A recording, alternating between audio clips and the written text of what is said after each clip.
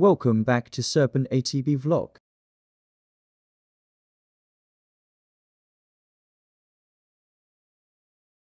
Tapos, dito pa kita mahuli? Sorry na po, sir. Tsaka, linggo naman ngayon, sir, di ba? Yung ibig sabihin, hindi ako absent. Uy, Dong! Yung March pa kita last year nakita sa campus. Tapos, anong akala nyo sa eskwelahan? Parke? Na binibisita lang pag may time? At saka, galing ako dun sa barkada mo na buwanan din kung di pumasok. Wala, i-home visit ko sana. Kaso, walang tao sa kanila. Ako kayong dalawa talaga. Ah, si Tete. Nasa Changi yun ngayon, sir. Kakargador. Teka, di pa lang po. Saan po balakad niyo? Makayo na tega sana. Kaya layo-layo naman pala ng puro ninyo. E di sana, nag-MRT na lang ako. MRT? Ha? Ang layo. Yang sikip-sikip naman. Dito na lang po kayo sa car ko. Oh, solo mo na. With pressner pa. Press! Ano? Basta. Press ko nga ito. Ibig kong sabihin. Kaka-absent mo, di ka na marunong mag-English. Naku, di ko yan problema ngayon, sir. Baka your tegas po, lalakarin nyo. Alangan naman ng lumipad. Ano ako, ako? Di po ba? Aba! Hindi, joke lang po. Pero sa totoo po, kung lalakarin nyo talaga hanggang your tegas, sa init na to, naku, dumiretso na lang po kayo sa ospital. Sakay na ako kayo sa car ko. Anong bird? Eh, nasa release ka nga. Ano bang si sir? Tingin po sa baba minsan. Ay ano, explain ko po, si Car, short for Cariton. Na. Mr. Abante, pasensya na ha. Pero mukhang kahit itong bag ko, di magkakasa dyan. Ito namang si sir, subukan nyo na lang po, bago husga. Tsaka, siguro po kayo lalakarin talaga pa kayo tekas sa init na to. O sige na nga. At least may payo ka.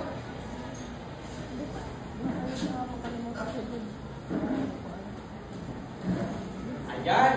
O diba sir, kasha? O sige na. Mag-drive ka na. O padyak basta. Ayos! Callier Tegas! Here we come! Sa wakas, may pasayero na rin.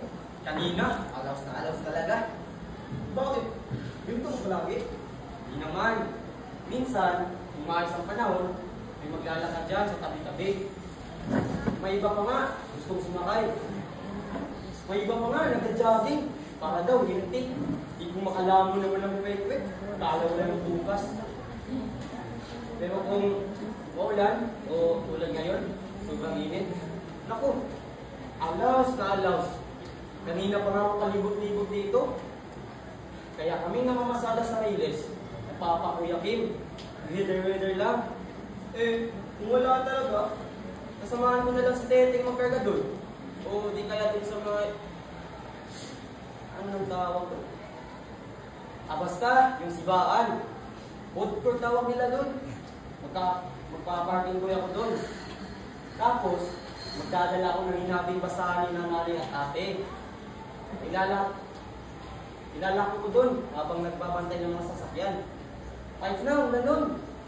so, kaya kayo hindi mo makapasok. Dahil nagtatrabaho. O may extra, ganun. Para pambaon, ganun. Naku sir, kami? Ako na walang baon? Batang hamog kami. Baon lang yan. Kahit pa pumasok kami araw-araw walang pambaon. Ang problema kasi sir, yung pamilya namin, kung hindi ako sa sideline, kung hindi ako mamasada, ano pang bibili namin ng bigas, ng gatas ni puso, ng maintenance sa tatay? Eh, simula nung mas-stroke siya, ako na lang namamasada dito. Oo, June. Sabi mo yan noon. Gets ko. Pero, alam niyo naman, di ba? Na mahalaga ang pag-aaral. Siyempre po. Ano nga ulit yung nakapasket dun sa classroom? Education. Huwag na nga. Ang hinahin ako talaga sa English. Education is the key to the future. Ayun! Edukasyon ang susi sa kinabukasan. Tama po? Abay, nakakaintindi ka naman pala ng English. Hindi, hindi lang po. Ano lang, mahirap at talaga siyang bigkasin. Pero, nakakayatibig ka nun na, nako, yan mo dun. Naniniwala ka dun na edukasyon na susi sa kinabukasan. Opo. Kung ganun, ba't ka palaging absent? Alam mo naman, di ba, na yan ang dahilan kung bakit di ka nakasabay sa graduation last year. Opo. Hindi ka ba naging layo dun? Na yung mga kabatch mo last year, college na ngayon. Tapos, naalala mo ba si Guzman? Engineering student na siya ngayon. Tapos, si Flor de Visa. Ayun, nag-nursing.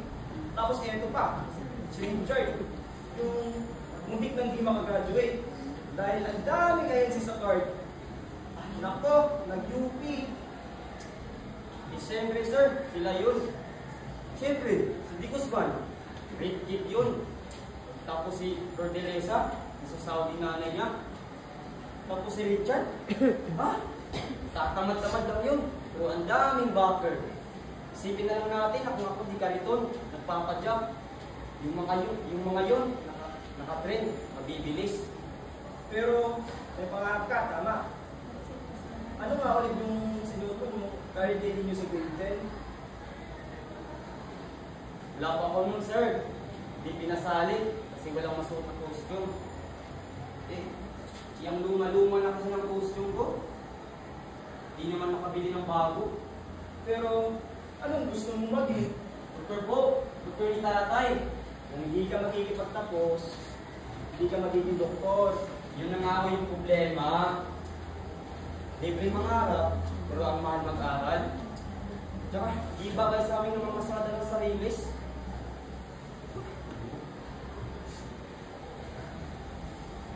Sir, baba, bilis!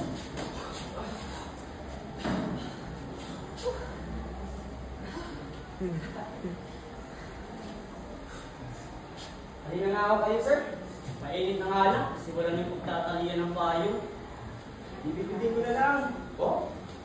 Bibigbitin ko yung payong iyo. Ganito ko palagi dito. Oh? Yung train. Hindi po. Ano lang po? Kahintaan lang po talaga, kasi ang init-init. Magkano nga kita mo dito, ito? 50 lang, kung matumal. Alam mo na naman, kung maganda ang panahon. Ganun lang po. So, ibig sabihin, 50 o 200 lang din ang talaga ng buhay mo. Oh? Wala. Padya ka. Sige, abot lang tayo ng train. So, nung bata pa ako dun, naalala ko na hubo ako sa bintana ng bahay namin. Sa probinsya, hubo pa yun. Tapos, titingin ako sa kalsada. Panoorin ko yung mga bata. Kasing edad ko, makakalaro ko pa nga yung iba na pauwi galing school. Masasaya nila. Puro sila tawa. May nagyayabang pa nga na naka-perfect sa test. O nakakuha ng 3 star galing kay mom. Takot ako nun.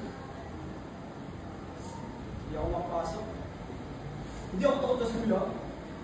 Takot ako sa papa ko. Kasi hero siya. Violente. Sa tuwing nasa school ako, lagi nang binububog si mama sa bahay. Takot ako nun. Kasi kada uwi ko galing school, palagi may bagong pasa si mama. Kaya umuto ako. At nung namatay si mama, nakulong si papa, tsaka na lang ako ulit kapag-aral. Alam mo, Jun, madalas, di natin choice ang mga nangyayari. Madalas, wala tayong ibang magawa. Madalas, maalis pa lang iyan na. Ano bang ibang paraan dito? Yung hindi nabubuhos ng buhay. Alam mo, sir, pagtanto rin ako. Simula nung ako ng mga masada dito, simula nung gusto si Papa, sama ko kayo.